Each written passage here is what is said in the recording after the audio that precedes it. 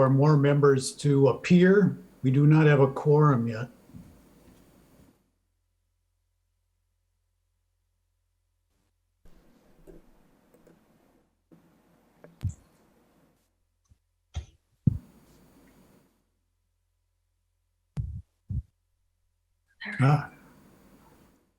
Hello, Greg.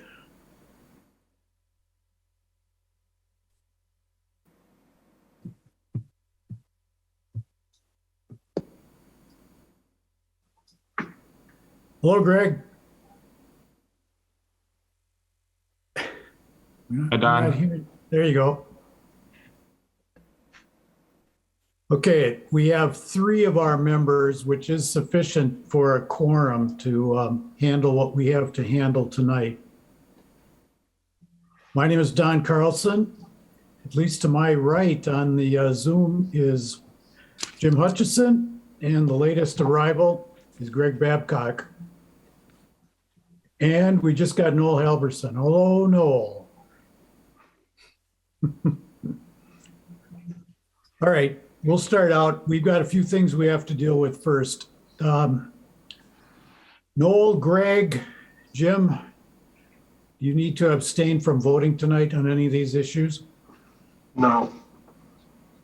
Were any of you out to see any of the properties? I saw them both. Okay. And finally, did you speak with anyone regarding the requests before us tonight? No. No. All right. At this point, we can move forward with an approval of the agenda. Make a motion to approve the agenda for tonight. All in favor? Aye. Aye. Aye. All right. That's taken care of. A motion to approve the minutes from the last meeting would be in order. So moved. A second. Okay, all in favor of approving the minutes from the August meeting, say aye. Aye. Aye. Aye. All right. We do have an item on our agenda for an election of chair and vice chair. I guess, gentlemen, I propose that we move this to the next, not have Tommy available. Unless one of you wants to nominate Tommy for any number of positions. I'll make a motion to move the election to the next meeting. I'll second it. All in favor? Aye. Aye. Aye. All right, good.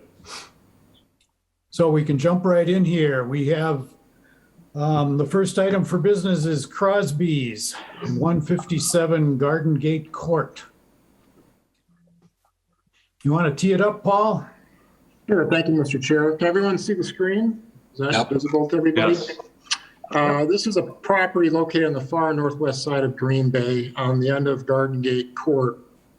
Rather large property, zone low density residential.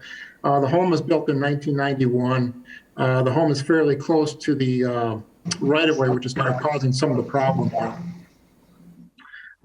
This is, I'll show some graphics that were provided by the applicant. So this is kind of a code compliant option that they provided. The issue here is really twofold. One is the width of the driveway at the right-of-way line. The other one is the issue of parking in the front yard setback, where it doesn't really lead to a parking spot. So this plan on the screen really kind of represents a compliant plan. This one is showing a larger opening here and a better ability to get into their garage. So this is an existing driveway, of course. They'd like to replace the driveway. Again, this image kind of represents kind of a code compliant image. Next one shows a kind of a desired wish here to get into the driveway, into the garage. Kind of an end of the street view, so to speak. And that's all I have for graphics. We did receive one non-objection from the property owner to the north at 154 Garden Gate, Mr. Warpinski. Again, had no objection to this request. Okay. Ms. Crosby, I assume you're here to represent yourself? Yes. Good. Did you have anything to add for what Paul presented? Just after considering what is outlined to apply for a variance, I do feel that our property meets all three of the necessary tests. But on the, I think it's the third test about being affecting the use for the public, I just would like to add, as I stated in our application, that I do feel that this would even improve public use. That last graph or visual that was shown, I think you could clearly see where the mailboxes are in it. And given our two neighborways, a lot of times when people come to our house, they pull in front of the mailboxes. So if we're allowed to have the variance granted, I think it will allow, we tried to put a wide sidewalk to the left of the home where we could have people pull into our driveway and park there. So not only do I feel that our request meets the three tests, but I think it could actually improve public use of the roundabout, as there'd be, we try not to block the mailboxes, but unfortunately it happens often by those visiting or even people at other people's houses. So we're a pretty friendly roundabout. We're often using each other's driveways, and we would be adding to the public access of the roundabout if granted. That's all I have. Okay, good, thank you. Paul, there was a couple of things you mentioned that don't appear, at least to my mind, on the Crosby's application that would need a variance or at least need our discussion. The first one was, I believe you said that you had a variance concern about the width of driveway at the right-of-way line. Could you explain that? It looked to me like it was okay. Sure, let me bring that graphic back up here. I think this was, again, the graphic showing a code compliant. I think this was the desired plan, as I understand. Okay, now So I think understand. the width Okay. at the right of way. What's problematic here is the arc of the cul-de-sac, which Right. is kind of a penalty for the property owners. So it's based on the configuration of their garage, really is causing a difficult turn on their driveway, Right. basically. Right.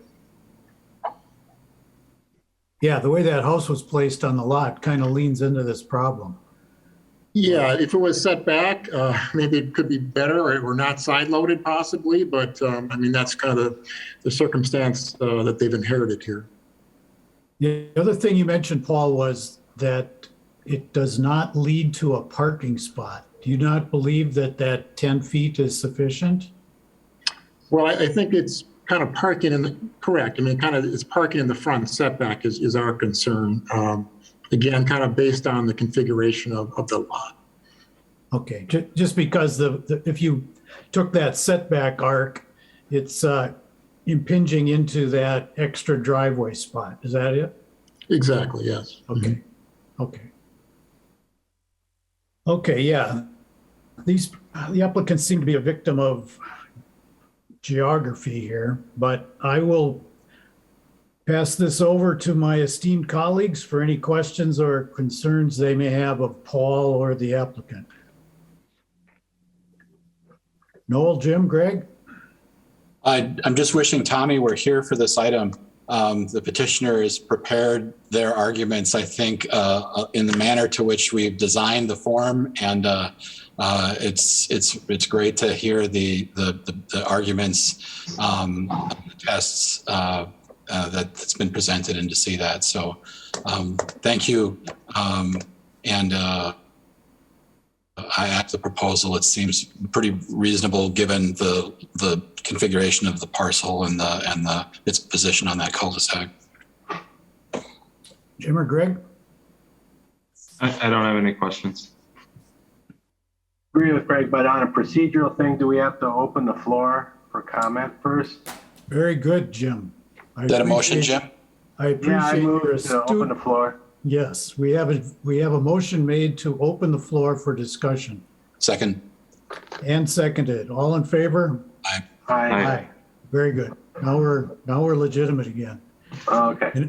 And everything you said, Ms. Crosby, still counts.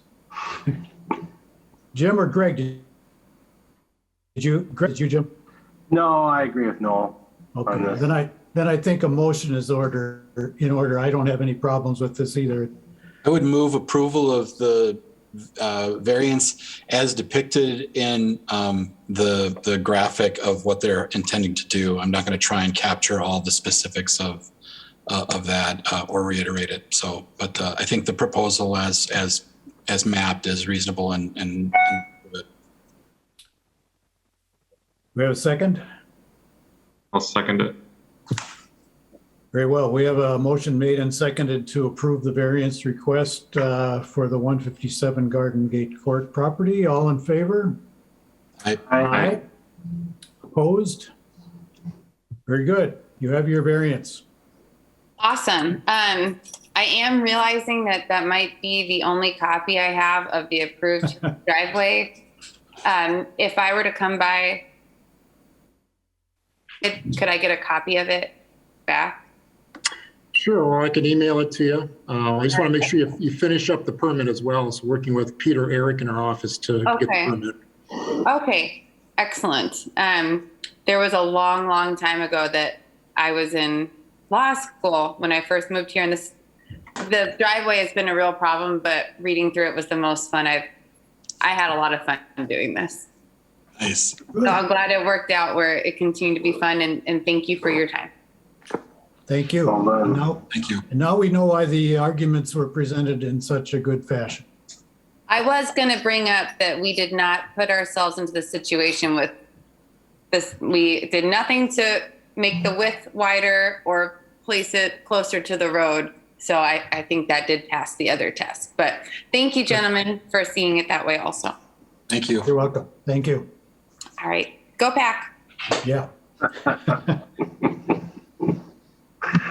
Next item up is the Johnson at Rockdale Street. Talk to us about this. Is this just simply a re-input of something we approved once before? Right, this is from July of last year, and the applicant did receive a variance. However, he wasn't able to continue through on the permit for a variety of reasons, and maybe he could speak to that. But it's simply an extension of the variance, so maybe you'd have to consider a time frame here to consider an extension if you desire. Is there any reason why we shouldn't grant the extension, Paul? I don't believe anything's Procedural changed. issue? No, nothing's changed. You just may want to hear from the applicant for justification, so to speak. Yeah, yeah. Okay, perhaps we could hear from the applicant. Mr. Johnston, Ms. Johnston? Yep. You guys gave me the variance last year, and then by the time I got the funding from the bank and got everything lined up, lumber prices quadrupled, and I wasn't able to afford it last year. And now with prices coming down, I'm hoping to be able to get it done this year, or maybe in the spring, depending on my contractor's time. All right. Thank you. I have no questions of the applicant. Does anybody else have any questions? If not, I think some sort of a motion would be in order. Don, what's the typical extension when we've granted them in the past? A year? Well, we've granted various distances, 30 days, 60 days, 90 days. I think we should just, we could structure this in such a way that this is as if it were a new variance request, and that would give the applicant another year. Paul, when did the variance expire?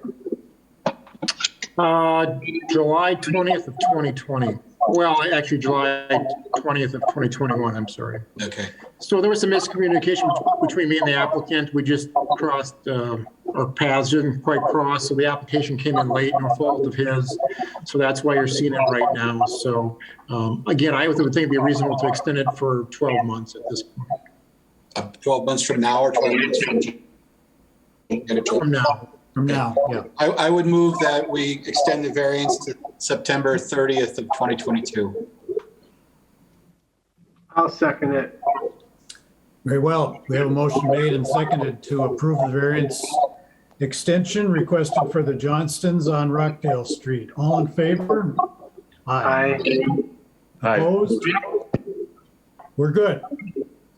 Mr. and Mrs. Johnston, you have your variance. Thank you. Thank you. Good luck. Good luck. All right, folks. Paul, is there any discussion on procedural items? I have nothing to pass along at this point, no. Okay. All right, I'd like to move that election forward again to the next meeting as well. We have it in our code of or procedures or whatever we call them that we should do this every year, and it's been a while. So I guess we're about done. We have to close the Can floor. we get a motion to close the floor, please? Yes. That's where we were just going. Move to That's where close we're the going. floor. Second. All in Thank favor? you. I Aye. Aye. move to adjourn. Second. All in favor? Aye. Aye. Aye. Aye. See you guys. See ya. Record. Thank you all.